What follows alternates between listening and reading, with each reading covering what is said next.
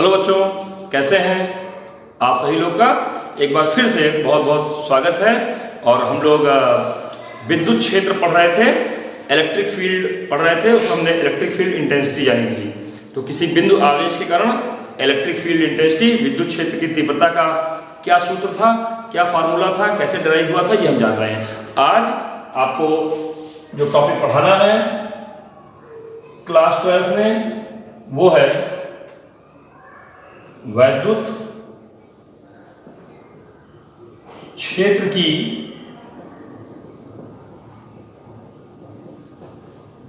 तीव्रता का स्थित सदिश स्वरूप। स्थिति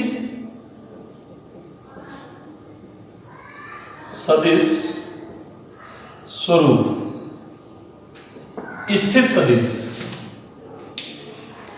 position vector, position vector form, position vector form of electric field intensity, electric field intensity in position vector form, in position vector form. तो चलिए यहां पर देखिए कोऑर्डिनेट दिखाया जा रहा है, X axis, Y axis, Z axis, origin. यहां पर एक सोर्स चार्ज आर डैश बिंदु पर है, पोजीशन वेक्टर आर डैश है, पी पॉइंट। यहां पर एक पॉइंट क्यू है जिस पर charge unit positive test charge Q0 रखा है। ये इसको रिपेल करेगा फोर्स F से। तो अगर इस पर फोर्स F लग रहा है तो यूनिट पॉजिटिव टेस्ट चार्ज पर जो फोर्स लगता है उसी को हम वैद्युत क्षेत्र की तीव्रता कहते हैं। कूलम, या पहले यदि एक स्रोत आवेश Q बिंदु P पर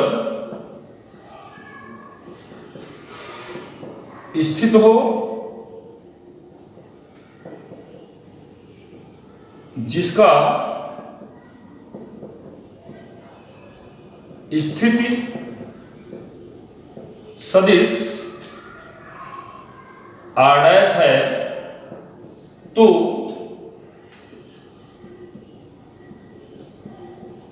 कूलॉम के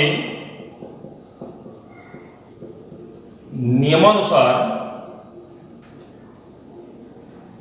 बिंदु Q पर रखे धनात्मक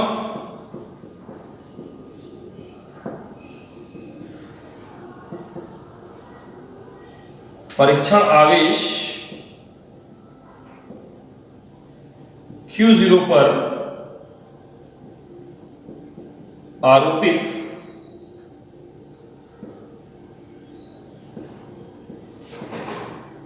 वैद्युत बल F बराबर 1/4πε0 Q0 by R minus R dash का Q और vector R minus R dash. ये क्या आ गया?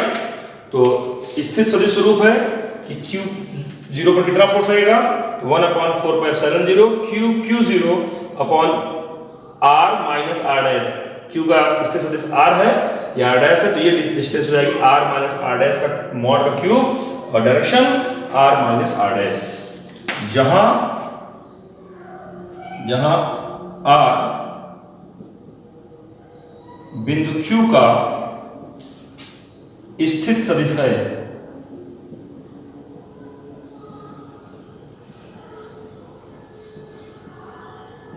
स्थित सदिश है, तब बिंदु Q पर स्रोत आवेश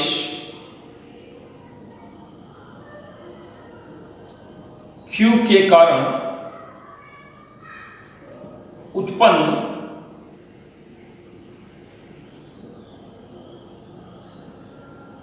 वैद्युत क्षेत्र की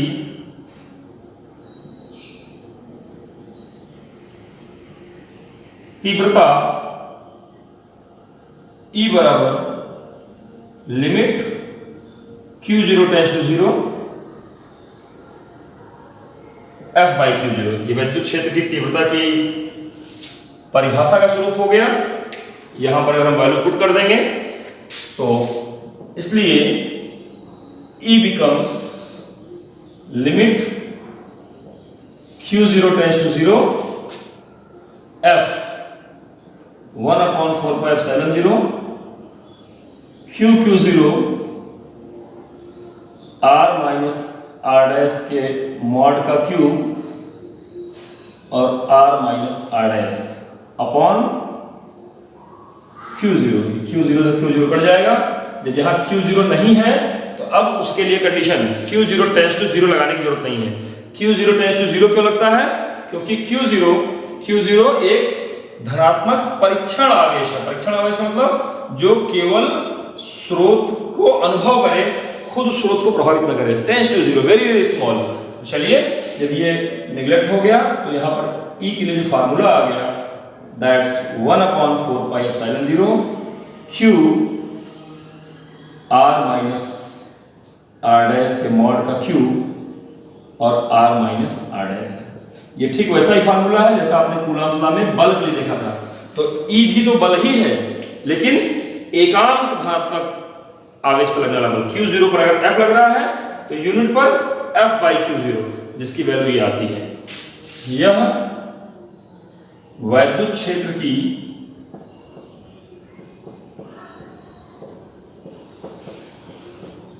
तीव्रता के लिए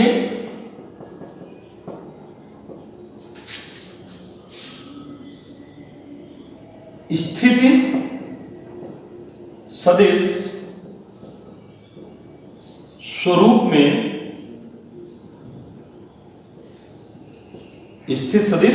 स्वरूप में सूत्र है।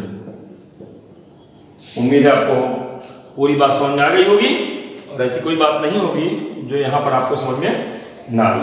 तो इसको देखिए, तैयार करिए और इस पर भी बड़े अच्छे सवाल बनते हैं। मैंने आपको इससे पहले सदिश स्वरूप बताया था और अभी ये आपका स्थिर सदिश स्वरूप है। गुड लक बच्चों।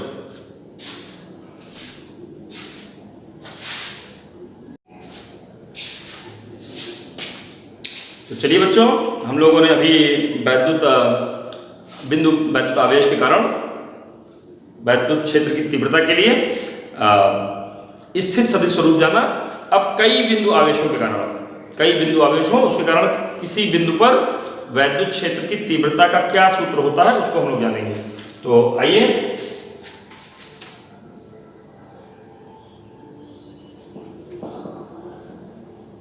बिंदु आवेशों के समूह के कारण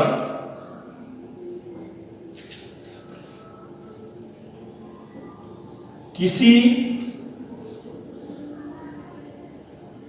बिंदु पर वैद्युत क्षेत्र की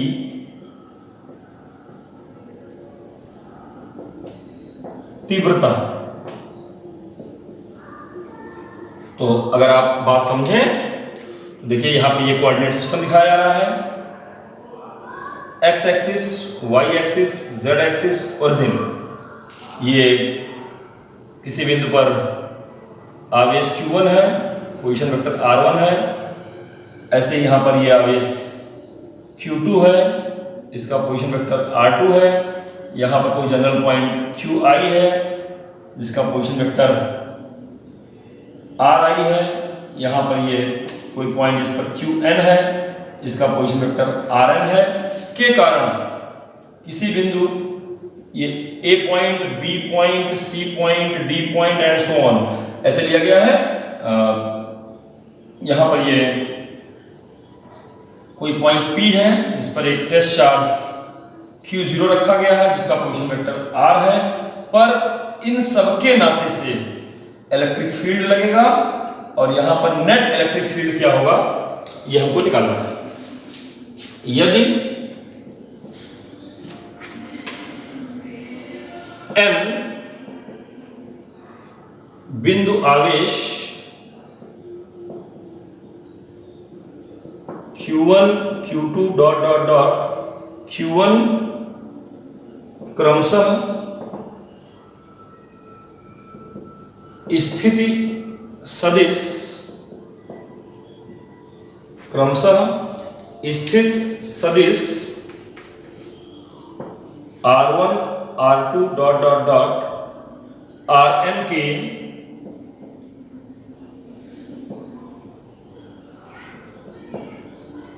बिंदुओं पर स्थित हों तो इनके कारण किसी बिंदु P जिसका स्थित सदिश R है पर रखे धनात्मक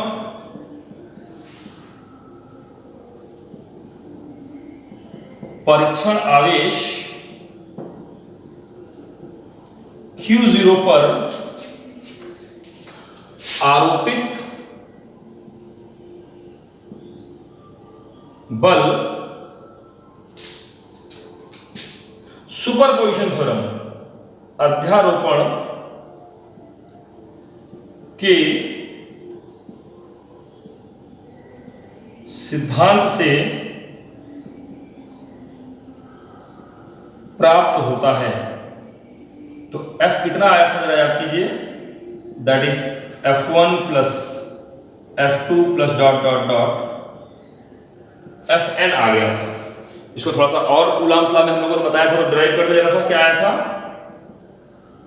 F is equal to 1/4πε0 Q0 Q1 upon R minus R1 के मॉड का क्यूब और R माइनस R1 प्लस दूसरा क्या गया था 1/4πε0 Q0 Q2 upon R minus R2 के मॉड का क्यूब और R minus R2 plus dot dot dot dot dot dot 1/4πε0 Q0 Qn R minus Rn के मॉड का क्यूब और R माइनस Rn। इतनी बड़ी चीज को अगर हम समेशन के फॉर्म में लिख दें तो आप समझ सकते हैं Q0 अपॉन 4πε0 कॉमन आ गया, sigma i is equal to 1 to n Qi R minus Ri mod का क्यूब और R माइनस Ri। ये F के लिए फार्मूला आ गया। अतः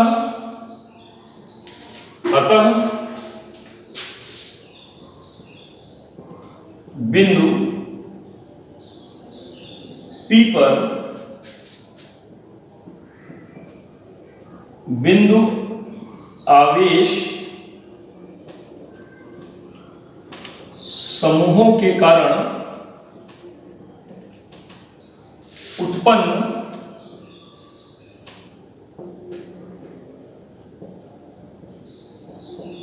वैद्युत क्षेत्र की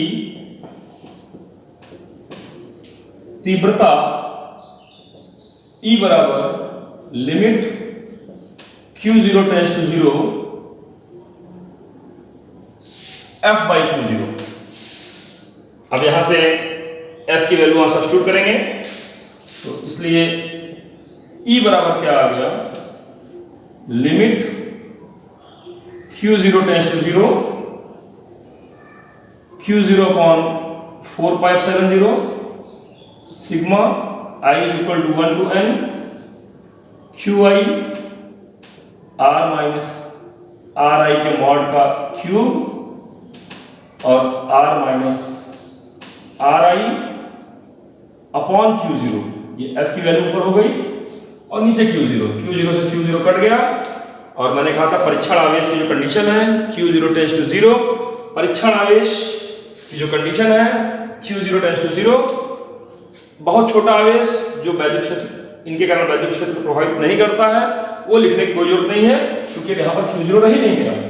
तो इसलिए ई बराबर आ गया 1/4πε0 sigma I equal to 1 to n Q I mod of R minus R I के मॉड का क्यूब आर माइनस आर आई।